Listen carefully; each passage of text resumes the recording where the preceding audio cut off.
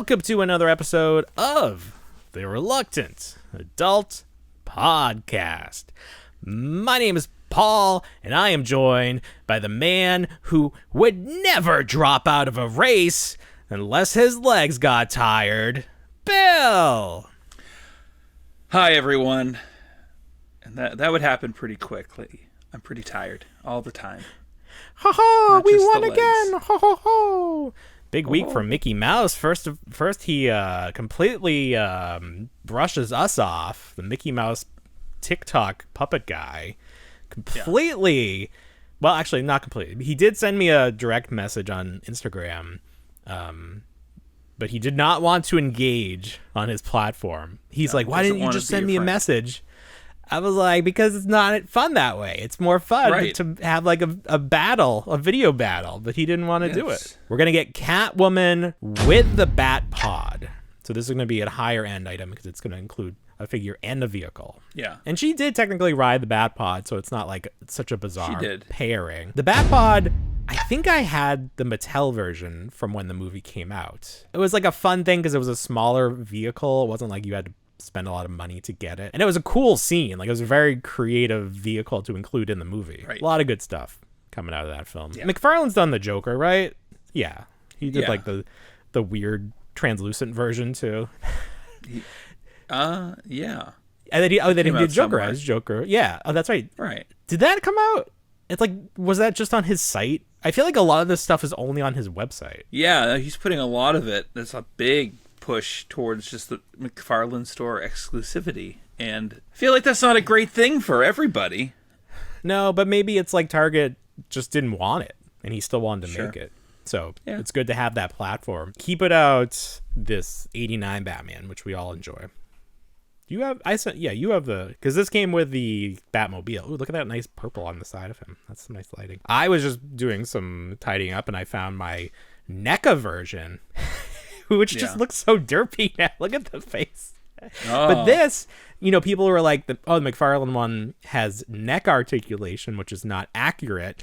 But look what you get when you don't have neck articulation. It just is like, it looks like he's wearing a Halloween mask. It just is oversized. I think the McFarlane execution is better. And the body is sort of weird on the NECA one. But this came out. I mean, this was 10 years ago, something like that. Like, it's not. Was it? It was a while ago. It's nice that you have time to tidy up.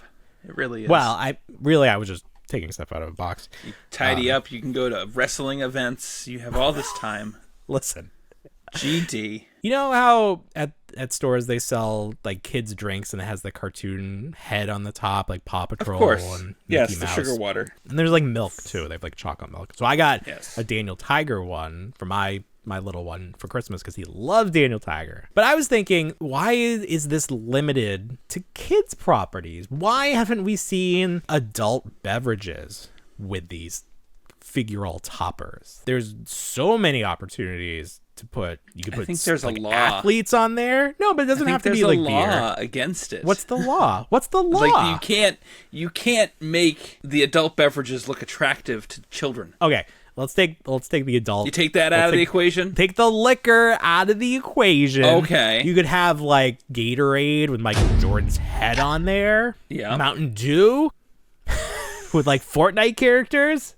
Oh my. But again, there's so many restrictions to. I mean, I'm gonna just rain on your parade completely with this and go into the legal ramifications. Don't stop me from putting a character head on my drink. If I want to collect different Mountain Dews, don't stop me. You can't stop me now. My wife wants me to cut my hair, which is terrible. Listen, you preaching to the choir. Yeah. Every day I hear it. Every day I hear that. I'm not doing it. No, I wear hats around. I wear hats around the house now, just to hide. Let's make a pact. Unkemptness. Let's make a pact to never cut our hair. Never cut our hair until, you know what? I'll grow our hair until it's long enough. It stretches. My hair stretches to your hair, and we tie it in a knot, and we can talk through it on the telephone. That's great. We could just tie. You could like instead of like mailing down my toys, just like a old clothesline. You go like this, just with our hair. Rapunzel it.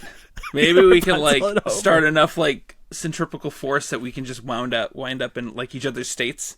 Like we just like spin like a propeller. I'll pull you over. Woo! Yeah, there we go. That's good. I like that. That's a good. Yeah, these are all good plans. I'm curious to see what my wife will say. She's like, "Why won't you cut your hair?" Listen, until it's long enough for me to pull Bill down here, Rapunzel style. Why would you want me to cut it? That's it. It's like in wrestling. It's like you don't just cut your hair. There has to be a reason. You have to have a hair versus mask match or something. Like it's gotta be a big deal. It's gotta be a reason. We've talked in the past about these figural bag clips for Ahsoka. It was like 24 different versions of Ahsoka, and then like one bee owl. So Hasbro did just like a grab bag of their properties last year. There's a new set, and the choices they made are very bizarre. So they have Simon, the game, the 4 colors, Simon, a light bright with a heart made of the pegs. They have a My Little Pony, and there's a girl riding it. I don't remember that. A pound puppy that looks like it was run over. It's flat. Flat pound puppy. Okay. Flat pound puppy. The red Power Ranger with the dragon shield, and then the Megazord from Power Rangers with the mouth not colored, just red. So that's, again, why. My Pet Monster, which is a good one. 2 characters from Gem, and then the Transformers logo and the Cobra logo.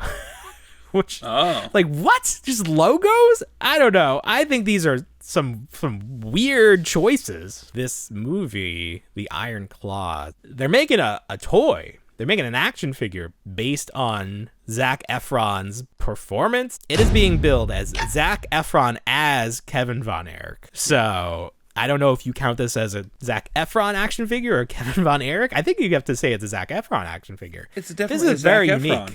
This is it's like if you were making an Arnold Schwarzenegger as whatever the fuck his character was. Oh, well, we'll say Terminator. I was going to say from Predator. I don't know what the fuck his name is. You wouldn't do that. You would say this is the Terminator, T-1000. So the other unique thing is the company that is making this action figure, A24, they are the production company behind the actual film. If you go to their Twitter, they're all talking about like other movies and stuff. There's not like toy news on their Twitter feed. It's almost like a promotional thing, I guess. They're gonna like put it in like the Oscar baskets or like send it out. Right. Get your own little Efron. Yeah, like when award season comes back up again, they're gonna send these out with the screeners and try to get people to vote for their movie. Sure. Tune in next week. Same bat time, same bat channel.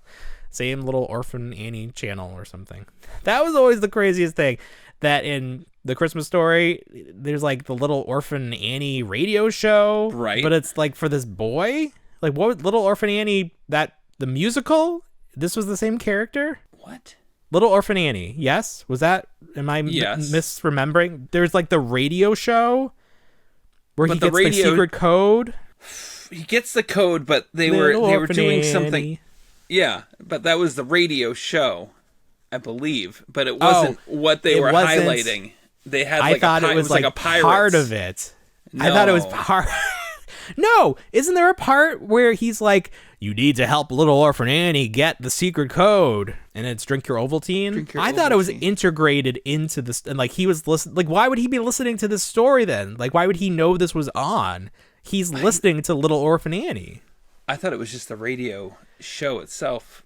But he's listening to the show to know about this stupid code thing. Right, but that was separate from the actual show. Like, the show was like a serialized version of like a pirate adventure. And then the host show was Little Orphan Annie. What? Yeah. I don't understand what you're saying. There's a pirate. There's like a show within a show. Yeah, kind of like how a DJ will play a song. Yeah, Little Orphan Annie was the show, but then they would present a story through the show. So Little Orphan Annie was a DJ. I'm not saying it was a DJ. This was back in the what was it? The 40s, 20s, Christmas Story, 50s, the 20s. I feel like it was the 20s. It was during Mad Men time, the 50s. Someone's gonna kill us, Paul. No, because nobody knows the answer to this. This is like lost media. Like what is happening? Someone knows here? The answer. Why was this little boy listening to Little Orphan Annie, and why was it on the radio, and why did they want us to drink Ovaltine? These are the questions I need to answer. Musicals are weird to me. I'm not familiar enough with musicals, but my wife enjoys them, so they're in my peripheral. So, for example, Moulin Rouge. Are you familiar with this? Obi-Wan's in it. Yeah. Yeah. She likes it, and it's like it's coming soon, so she's gonna like see it with her whole family. She'll play like the soundtrack, and she likes the songs, but they're all modern songs, but it's set in the past, like I don't know, some in the early 1900s or even earlier than that. I don't know, but it's weird because it's modern songs, so it's like they wrote this musical in the past using modern songs. It doesn't make sense to me. Like, what? They wouldn't know. These songs don't exist in their timeline. What are you doing? Right. It's like that Romeo and Juliet with Leonardo DiCaprio.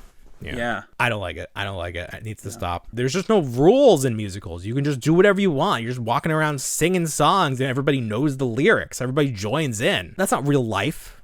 That's not how life works. People don't know the songs. There's just no rules in musicals. You can just do whatever you want. You're just walking around singing songs and everybody knows the lyrics. Everybody joins in. That's not real life. That's not how life works. People don't know the songs. That's how musicals work. Yeah, but I don't like it. It was one of the most popular episodes of this Strange New World Star Trek show. There was a musical? They did a musical episode, yes. But like, why was it a musical? Did they get shot with like a musical ray and then all turned into musicals?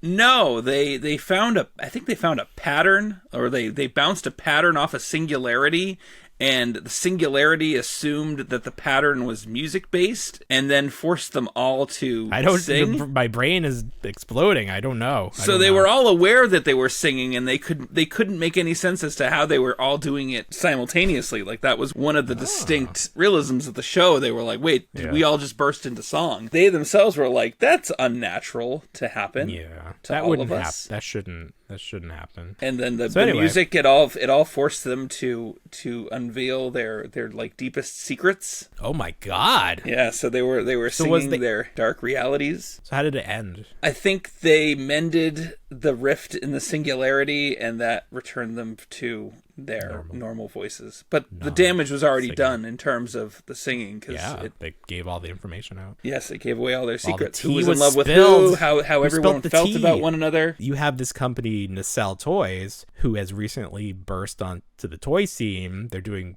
biker mice from Mars. They're doing, what else? Some other like retro Kings stuff. of Comedy they've Kings done. of Comedy, that's right. Yes, the much maligned, which is already sort of like faded off the radar. If you don't know the history behind Nacelle, they are video production. Like the toys that made us, or the movies that made us, that stuff you've seen, they're responsible for that. So the guy behind that, his name is Brian Volk. He creates businesses. He's like, okay, there's money to be made in toys. Let's pivot to toys. He did this series for Netflix, The Toys That Made Us, and it got him interested in toys again. So he's like, hey, let's make some toys. Let's see what properties are available. So that's why it's like sort of a random assortment of things. There wasn't like this upswell of interest in biker mice from Mars, but it was available. And he's like, well, let's see if we can sell these. Paul Rudd, he has several action figures of him in human form, like the Ant-Man figure. And I think those are pretty good. Even that first Ant-Man figure, he has like a fun smirk. Like, I think that's just a good figure. The animated translations of Paul Rudd action figures, I feel like really missed the mark, because I don't think this Ghostbuster figure looks good. And then there was that What If Ant-Man head that came with Howard the Duck. Looked like Bob Odenkirk, yeah. So he does not translate well into cartoon. Animation. Isn't that funny? It is funny. Because they did fine with the human, like the actual actor Paul Rudd figure, but the cartoon ones, not so hot. Not so hot. Just a little weird. While we're talking about Hasbro and digging holes, do you want to review the kids line for their Ghostbusters? No, you told me you didn't want to deal with the fallout for PulseCon, so I didn't do anything with it. Okay. Well, let's still talk about it, because people have been talking. Did you get examples. I had examples. I had things to talk about, and you just shut me down. Well, I was just concerned that you were concerned, and your concern was valid. So I'm not going to say anything. It's a great line. Go out and spend your money on it. Buy all of it. And again, we're talking about Ecto Stretch Tech Ghostbusters. Go get all your favorite characters. Yes. Paul Rudd. We did talk about this last week. I just remembered. We were talking about Power Rangers. Congratulations to Power Rangers. They were nominated and I believe won a GLAAD award for their depiction of a same-sex relationship on a children's programming. Which it was funny because people were commenting because Hasbro was like, congratulations, and people are like, oh, you remember that you own Power Rangers? What? We thought you had forgotten. You came out of the woodwork to say, oh yes, we're taking responsibility for this property that we are no way supporting anymore. But congratulations. I'm sure that upset a lot of people. And then hopefully that was the point. You talked about your love for Rebel Moon, this Zack Snyder Netflix project. Oh, yeah. Did you know that 2 separate companies are making action figures to support this project? I did see some from, what was it, SH Figure Arts? Every toy personality, every toy influencer, they buy the toys because they like them. Like, they're not in this world because they think they can make a living off of something they don't care about. Like, they wouldn't be able to talk about, like, we wouldn't be able to be talking about toys if we didn't actually like them. Like, this podcast is not about Stanley mugs. Like, I don't know anything about Stanley cups. That's really hot right now. We could probably start a podcast about it and people would listen. But it wouldn't be authentic because we have no idea what the hell we're talking about. I mean, you might. You have a couple of cups. Yeah, but none of them are Stanley's because I'm not paying that Stanley Cup money. I don't got Stanley money. No, I have some Stanley money. I have some Miniverse cups here that I haven't poured resin into yet. So I'm looking forward to that. We should make an action figure line, but they're all cup-based. That should be what it is. Well, let me tell you. You tell me. No, you finish your thought, and then I'll that was you. My thought, like, entirely. But, like, it was the generic shape of the cup. So, like, the Stanley Cup.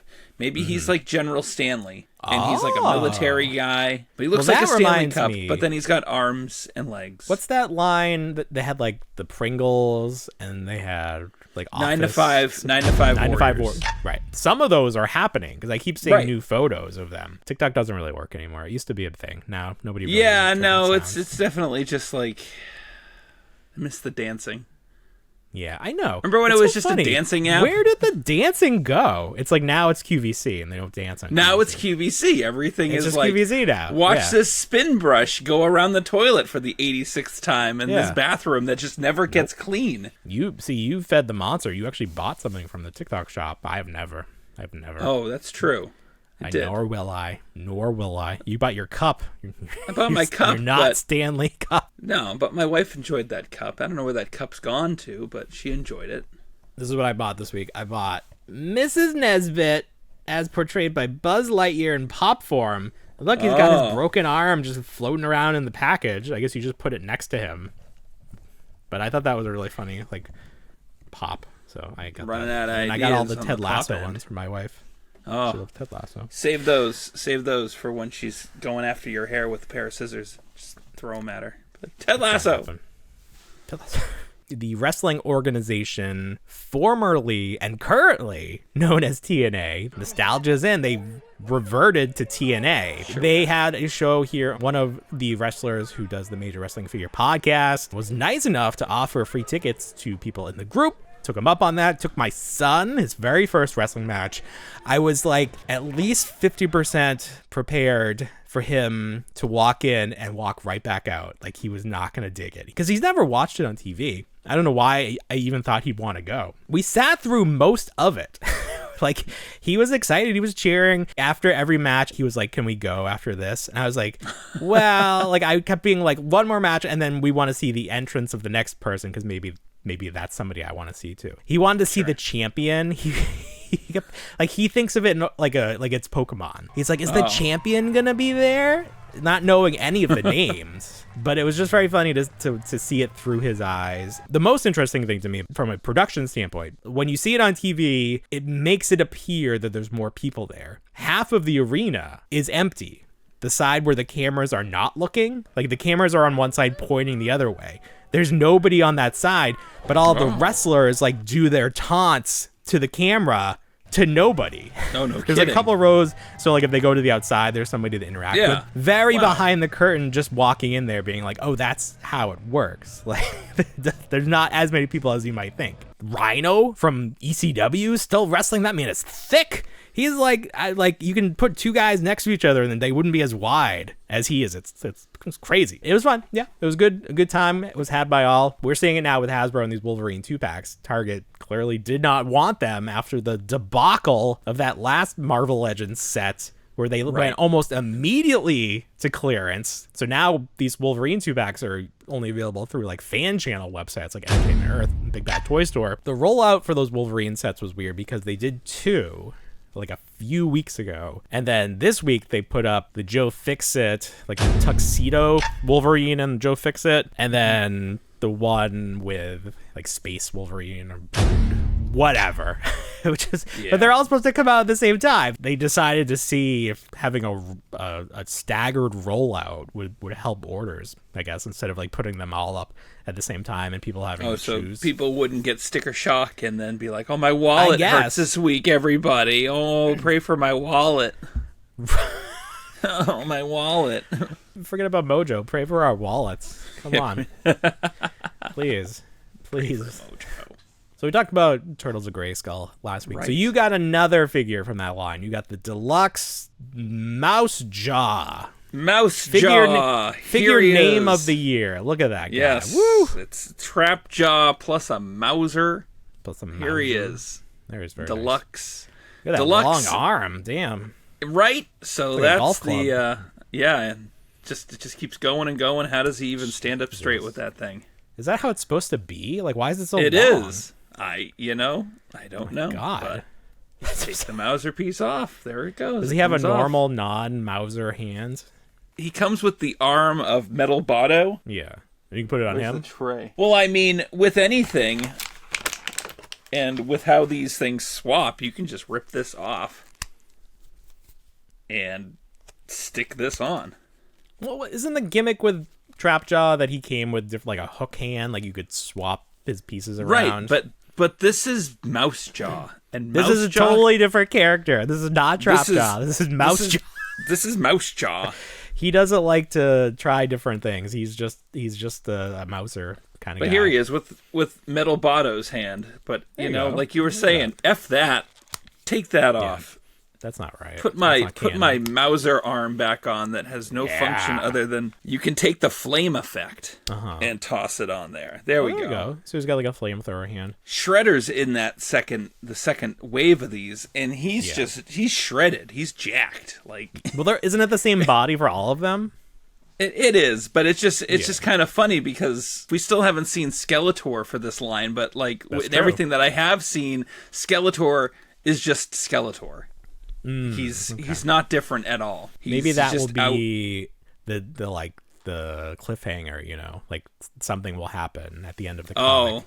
And then that'll lead into the next season. They'll do like a Revelations thing. It just seems like a missed opportunity to not change Skeletor up. Like, they're just going to sell the same Skeletor? I mean, they might, but no, I think they'll mutate him. He'll become like Giant or something. Maybe he'll become Super. Oh, like Super Skeletor? Shredder? Yeah, there it is. That's it. Instead of getting Super Shredder, big bodies. Yeah, yes, I like Super it. Skeletor. I like it. Super Skeletor. You heard it right here before Pixel Dan. Yeah, breaking news. You have to send away for Chef Boyardee to get him. That would be a nice throwback. They still make Chef Boyardee? Is that still a thing? Kids still eat that? They do, and I think you can get Chef Boyardee with like sriracha now, or like Frank's Red Hot mixed in with it. Wow. Yeah. Just right in there? Or do you have to come with a little bottle of it? Okay. Spicy Chef Boyardee. This figure's not out yet, but we've seen photos. The Slash in this universe. Yes. And he's mixed up with Faker. And we were trying to decipher how to pronounce his name because it's spelled SLA apostrophe KER. Yeah. So Slacker. So he's Slacker? That's not great. Slacker. He's slacking off over there? Slaker? Right. Again. These names are lame. These are terrible names. They are terrible. And we said that, and somebody was calling us out. Especially with Mousejaw. We were like, this is a terrible name. And they challenged us. To come up with a better name. Mm-hmm. And not only did we had several. We had several names. Do you remember any of them? I don't. What did we come up with? My goodness. It was like Mouse Rat. Mouse Rat. Mouse Rat was the name of Andy Dwyer's band in Parks and Rec. All right, Bill. Anything else for this big week? No, I got nothing. Huge week. All right, everybody. Well, you know what we say? We don't want to grow up, but we already did. Have a great week, everybody. Bye, everybody.